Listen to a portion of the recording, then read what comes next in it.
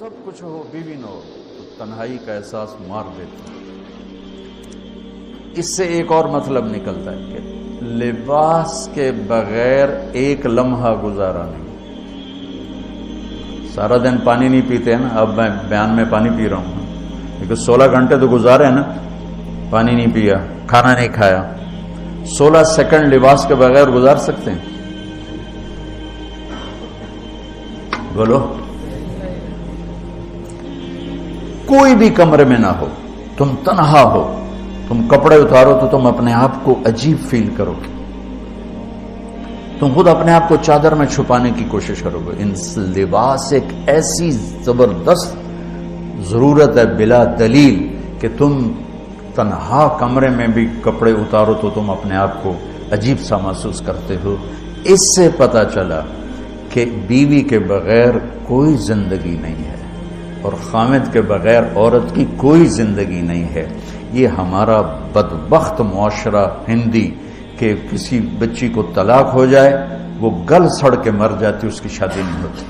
کوئی جوان بچی بیوہ ہو جائے وہ سسک کے مر جاتی، اس کی شادی نہیں ہوتی۔ کوئی 40-50 سال کا ہو جائے مرد، اس کی بیوی مر جائے، کوئی اس کو لڑکی دینے کے لیے تیار کوئی نہیں۔ اور لباس کا لفظ بتاتا ہے کہ شادی کے بغیر انسان ننگا ہے اور ننگے انسان کا کوئی کہیں بھی گزارا نہیں ہے۔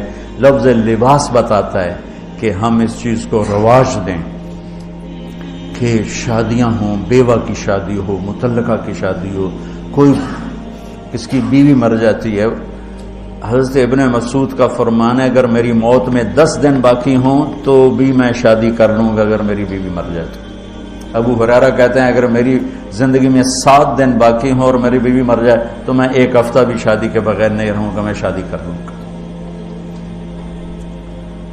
تو ہم ایک ہندی معاشرے سے متاثر ہیں جہاں بیوہ کی کوئی سنوائی نہیں، مطلقہ کی کوئی سنوائی نہیں، اور کوئی جوان بھی 2-4 بچے ہیں اور بیوی مر جائے تو اس کی کوئی شادی نہیں ہے، سسک کے وہ بلک کے زندگی گزارتے ہیں۔ ہم لوگ اس کو رواج دیں۔ لباس، لفظ لباس بتا رہا ہے کہ جیسے لباس کے بغیر ایک لمحہ آدمی چین سے نہیں بیٹھ سکتا، ایسے ہی اس رشتے کے بغیر زندگی میں کوئی خوبصورتی نہیں، کوئی حسن نہیں۔ میں نے جیسے کہا لباس سب سے قریب ہے، تو اس کے بعد بیوی کا حق سب سے پہلے آ جاتا ہے۔ ماں باپ کی طرف سے زیادتی آئے تو تمہارے ذمے ہے اپنی بیوی کو بچاؤ، اللہ کے واسطے اپنی بیویوں کی حفاظت کرو۔ ہاں تمہاری بیوی کی طرف سے زیادتی آئے تو اللہ کے واسطے ماں باپ کی حفاظت کرو۔ تو اس کا مطلب یہ نہیں کہ تم ڈنڈا اٹھا لو، اپنے اخلاق ایسے بناؤ، سپرنگ بن جاؤ، سپرنگ جو پریشر سے کو قبول کر کے دب کر کے نیچے چلا جاتا ہے۔ نیچے جانے میں جڑ جانے کا نظام چھپا ہوا ہے کہ جھک جاؤ، ماں باپ ناراض ہو ان کے پاؤں پکڑ لو، بیوی ناراض ہو اس کے پاؤں پکڑ لو۔ ذلت میں عزت چھپی ہوئی ہے، ساری زندگی کا تجربہ بتا رہا ہوں۔ ذلت، اللہ کی رضا کے لیے ذلت اٹھانے میں عزت چھپی ہوئی ہے۔ ہن لباس لکم، کتنا ہی مجھے غصہ چڑھا ہو میں اپنے کپڑے پھاڑوں گا، مجھے غصہ آ گیا میں نے اپنے کرتے پھاڑنے جو کسی یہ پاگل تو کرے گا، سمجھدار دوئے دا کرتا پاڑے گا، اپنا نہیں پاڑے گا۔ اب مجھے بیوی پہ غصہ چڑھ گیا تو میرا لباس ہے، اس کو تار تار کر دوں، گالیاں دوں، تھپڑ ماروں، تو ایسے جیسے میں اپنے کرتے کو پھاڑ رہا اور اپنے کرتے کو تار تار کر رہا۔ بیوی کو غصہ چڑھے تو وہ اپنے کپڑے پھاڑتی ہے۔ کپڑوں کے لیے کتنے حفاظتی نظام ہیں، الماریاں بنی ہوئی ہیں اور ہینگر بنے ہوئے ہیں، کریز خراب نہ ہو۔ جب پڑھتا تھا نا لاہور تو اسکول میں یا کالج کا میں سب سے خوش لباس لڑکا کہلاتا تھا کہ میں اپنی اسکول سے آ کر نا، اب ہاسٹل میں کوئی استریاں تو ہیں نہیں، نہ کوئی نوکر، تو اپنی پتلون کو ایسے ہاتھوں سے استری کرنا اور کر کے پھر تہ لگانا، پھر سرانے کے نیچے رکھنا پھر اس کے اوپر سونا تاکہ خود بخود استری ہو جائے اور کریز ٹھیک ہو جائے، اور رات کو بالوں کے اوپر رومال باندھنا تاکہ بالوں کی سیٹنگ خراب نہ ہو جائے. کیونکہ میں نے بال بنوائے تھے وحید مراد کٹ بال، 2 فلم سٹاروں کا ہیئر کٹ چلا، ایک دلیپ کمار کا، ایک وحید مراد کا. تو عام جو تھے نا بال کاٹنے والے، وہ 8 آنے لے کے بال کاٹ دیتے تھے. وحید مراد کٹ کے لیے 5 روپے لگتے تھے. 5 روپے اس زمانے میں بہت بڑی دولت تھی، جب ڈالر 1 روپے کا تھا. $5 کتنے ہو گئے جی؟ 500 سے اوپر ہے. تو یوں سمجھو کہ وہ 5 روپے دے کر وحید مراد کٹ بنتا تھا. تو پھر میں وہ اوپر رومال باندھتا تھا کہ سوتے ہوئے میرے بالوں کا ہیئر سٹائل خراب نہ ہو جائے. ایک چھوٹا سا بچہ ہے لیکن اپنے لباس کو کیسے حفاظت کر رہا ہے، کریز ٹھیک کر رہا ہے، سرانے کے نیچے رکھ رہا ہے اور اس کو صاف ستھرا رکھ رہا ہے. ہم کھاتے ہوئے کیا کرتے ہیں، آگے اگر کپڑے نئے پہنے ہوں تو آستینے چڑھا لیتے ہیں کہ کہیں کوئی شوربہ کچھ سالن ادھر نہ لگ جائے، ادھر نہ لگ جائے. میں جب بھی بیٹھتا ہوں تو میری بیوی کہتی ہے آستینے چڑھاؤ، آستینے چڑھاؤ، لگ نہ جائے. اور آگے ہم کیا کرتے ہیں، تولیہ رکھتے ہیں، نیپکن رکھتے ہیں، رومال رکھتے ہیں. بڑے بڑے ہوٹلوں میں جاؤ تو پہلے وہ ساتھ رکھا ہوتا ہے کہ کوئی کھانے کا ذرہ گرے، سالن کا کوئی قطرہ گرے تو آپ کے کپڑے خراب نہ ہوں. ہم کیچڑ میں جا رہے ہوں تو ہم اپنے پاؤں گندے کر لیتے ہیں، کپڑے گندے نہیں ہونے دیتے. اپنے شلوار اوپر کر لیتے ہیں، پتلون اوپر کر لیتے ہیں، پاجامہ اوپر کر لیتے ہیں. تو جب کہیں سے کوئی آنے لگے ایسی ناگواریاں تو اپنے اوپر لے لو، بیوی پہ نہ آنے دو. ہم کپڑا بچاتے ہیں یا پاؤں بچاتے ہیں؟ کپڑا بچاتے ہیں. شلوار اوپر ٹانگ لیتے ہیں، کرتے کو یوں سمیٹ لیتے ہیں. تو جتنا کیچڑ ہے حالات کا، واقعات کا، اخلاق کا، وہ کیچڑ اپنے اوپر لے لو، بیوی کو بچا لو. اور بیوی کیا کرے، وہ جتنا کیچڑ ہے حالات کا، واقعات کا، ناگواریوں کا، اپنے اوپر لے لے، خامد کو بچا لے. لباس کا اور کیا کام ہے، یواری سواتکم، یہ تمہارے عیب چھپاتا ہے. تو میرا کام کیا ہے، میں بیوی کی کمیاں چھپاؤں، ڈھنڈورا نہ پیٹوں. بیوی کا کام کیا ہے، خامد کی کمیاں چھپائے، ڈھنڈورا نہ پیٹے. دوسرا کام کیا ہے لباس کا، وریشہ، لباس مجھے خوبصورت بناتا ہے. یہ ایک واحد رشتہ ہے جو زندگی کو خوبصورت بناتا ہے.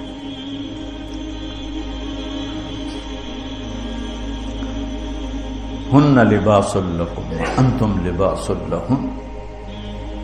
تو لباس کیا کرتا ہے، زیب و زینت. لباس کیا کرتا ہے، عیب چھپاتا ہے. لباس کیا کرتا ہے، خوبصورت بناتا ہے. تو اس رشتے کو خوبصورت بنانا ہے، بیوی خامند کے لیے، خامند بیوی کے لیے. کس طرح یہ رشتہ خوبصورت بنے گا، اچھے اخلاق کے ساتھ. اچھے اخلاق کے ساتھ. اگر گھر والوں کے اخلاق اچھے ہوں، اور بچی ساس سسر کو ماں باپ بنا لے، ساس سسر بچی کو ماں باپ بنا لے، خامند بیوی کو ہتھیلی کا چھالا بنا لے، بیوی خامند کو ہتھیلی کا چھالا بنا لے. میں قربان جاؤں اپنے نبی پر، ساری کائنات کو نور ایمان دینے والی ہستی، اور حضرت عائشہ رضی اللہ عنہ کو لقمے بنا کے کھلا رہے. کمال. حضرت عائشہ رضی اللہ تعالیٰ عنہ، وہ بڑی بڑی بوٹیاں ہوتی تھی نا، وہ اٹھا کے ایسے نوچتی اور پھر رکھ دیتی، روٹی کا ٹکڑا اٹھاتی. میرے نبی وہی بوٹی اٹھاتے جہاں حضرت عائشہ نے نوچا ہوتا تھا، وہیں دکھا کے کرتے تھے، ان کی محبت کو لینے کے لیے اور ہمیں سکھانے کے. حضرت عائشہ گلاس اٹھاتی، بڑے بڑے ہوتے تھے، اب تو یہ چھوٹے چھوٹے گلاس ہیں. بخل کا زمانہ آ گیا، پانی بھی تھوڑا دیں دیں. ہمارے دیہات کا کلچر تھا، اب تو مٹ گیا ہے، مہمان ہی کوئی نہیں ہوتے. جب کچی سڑکیں ہوتی تھیں اور ذرائع نہیں تھے تو بہت سے مسافر ہمارے ڈیروں میں آ کے رات گزارتے تھے. ہماری پہچان والے نہیں، اجنبی راہگیر، اور کوئی پہچان والے بھی، لیکن جو بھی تھے، کوئی اپنے ہیں، پہچان والے ہیں، دوست ہیں، مسافر راہگیر ہیں، ان کو رات کو کھانے کے بعد دودھ پلانا یہ ہماری تہذیب تھی کہ جتنے بھی ہیں دیرے میں 15 ہیں، 20 ہیں، ایک ہے، جاؤ بھائی روٹی کھا لی ہاں، دودھ پیواؤ سارے ہیں۔ جانور بہت زیادہ ہوتے تھے، کھیتی باڑی کم ہوتی تھی، دودھ وافر ہوتا تھا، وہ گلاس اتنے بڑے بڑے ہوتے تھے، 3 پاؤ کا گلاس ہوتا تھا۔ تو ایک ہمارے دادے کے زمانے کا نا چاچا لال سنپال، وہ آ گیا دیرے میں، نوکر گیا دودھ پلانے، تو گلاس کو دیکھ کے نوکر سے کہندا پتر میں نہیں پیندا۔ اسا کیا چاچا کیوں نہیں پینا؟ اسا کیا 2 تو ود پیواں تو بے غیرت بنا، تے 2 تے میرا گزارا نہیں جاتا میں نہیں پیندا۔ تو حضرت عائشہ رضی اللہ تعالیٰ عنہ گلاس اٹھاتی اور یہ پیا، یہ رکھا۔ میرے نبی اٹھاتے اور جہاں حضرت عائشہ کے ہونٹ لگے ہوتے تھے وہاں ہونٹ رکھ کے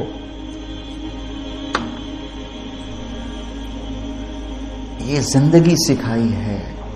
یا عائشو، کیا محبت سے بولا عائشہ نے، یا عائشو، یہ عاشقانہ انداز ہے، محبوبانہ انداز ہے۔ یا حمیراء، عائشہ آؤ دوڑ لگائیں۔ عائشہ مجھے پتہ چل جاتا جب تو میرے اوپر ناراض ہوتی ہے۔ حضرت عائشہ نے کہا وہ کیسے؟ کہ جب تو میرے اوپر ناراض ہوتی ہے نا تو یہ نہیں کہتی مجھے رب محمد کی قسم، تو کہتی مجھے رب ابراہیم کی قسم۔ جب تو میرے اوپر راضی ہوتی ہے تو کہتی ہے مجھے رب محمد کی قسم، اور جب تو میرے اوپر ناراض ہوتی ہے تو کہتی مجھے رب ابراہیم کی قسم۔ کہ یا رسول اللہ صلی اللہ علیہ وسلم نام ہی آپ کا نہیں لیتی، میرا تو دل آپ پہ کیا، میری جان قربان ہے آپ پر۔ عرب کے ماحول میں اظہار عشق عیب تھا بیوی سے، ہاں معشوق سے اظہار عشق ساری شاعری بھری پڑی، تم نے شعراء جاہلیت پڑھو یا بعد کو پڑھو، بھری پڑی۔ وَهَلْ تَبْكِينَ لَيْلَا إِذَا مِتُّ قَبْلَهَا وَقَامَ عَلَى قَبْرِ النِّسَاءُ النَّوَائِحُ لَيْلَا كَمَا لَوْ أَصَابَ الْمَوْتُ لَيْلَا بَكَيْتُهَا وَجَادَ لَهَا دَمْعًا مِنَ الْعَيْنِ صَافِحُ وَأَغْبِتُ مِنْ لَيْلَا بِمَا لَا أَنَالُهُ بَلَا كُلُّ مَا قَرَّتْ بِهِ الْعَيْنُ طَائِعُ وَلَوْ أَنَّ لَيْلَا، دیکھو لیلا لیلا لیلا، 4 شعر ہیں لیلا، ہر شعر میں لیلا۔ وَلَوْ أَنَّ لَيْلَ الْأُخَيْلِيَّةَ سَلَّمَتْ عَلَيَّ بَدُونِي جَنْدَلٌ وَصَفَائِحُ لَسَلَّمْتُ تَسْلِيمَ الْبَشَاشَةِ أَوْ زَقَى إِلَيْهَا صَدًا مِنْ جَانِبِ الْقَبْرِ سَائِحُ۔ وہ بڑے زور شور سے لیلا لیلا لیلا اپنے اشعار میں کہہ رہا ہے، لیکن بیوی سے اظہار عشق عیب، موت، اس ماحول میں جس میں بیوی سے اظہار عشق ایک عیب تھا اور معشوق سے اظہار عشق شاعری بھری پڑی۔ ترکت ہوا لیلا وسعد بمعزل، کیا کیا خوبصورت شاعری ہے۔ بِأَبِي الشَّمُوسُ الْجَانِحَاتُ غَوَارِبًا اللَّابِسَاتُ مِنَ الْحَرِيرِ جَلَابِبًا حاولنا تفدیتی وقفنا مراقبا فوضعنا ایدیہن فوق ترائب۔